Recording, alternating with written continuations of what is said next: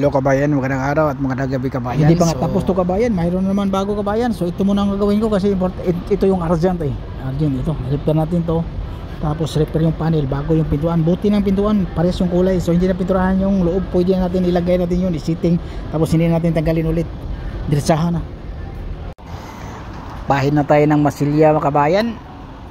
Unang pahid, so tambakan natin ng masilya, walang problema, tambakan ng masilya. Kasi lilihain din natin ang kuha yan masin yung magliha natin yan. Mayroon tayong masin na mahaba. So hindi tayo matakot na yung masilya natin pangit. So hindi importante yan. Importante maganda pagkamasilya, magandang dikitan. Yun lang importante. Pero kasi hindi naman gaano tayo magaling sa pagmamasilya. Pero okay lang, walang problema yan. Tapos sitting pala natin yung pintuan kabayan, kasi yung pintuan na yan sikanhan yung nasaler.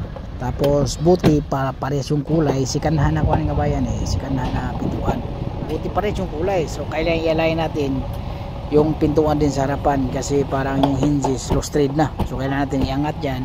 Tapos yung sa likuran naman isiting natin, ibaba natin konti kasi medyo mataas.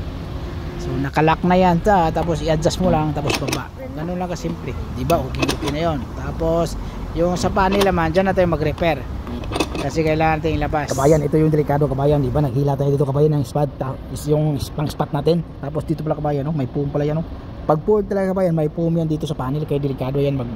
Lalo na pag acetylene gamit mo, delikado yan. Pag gas welding, automatic fire yan. Buti pitik-pitik lang to siya. Pero delikado pa rin siya kabayan, kailan buti may butas to dati kabayan ha. Tapos tinignan ko lang, mayroon pala, delikado talaga yan.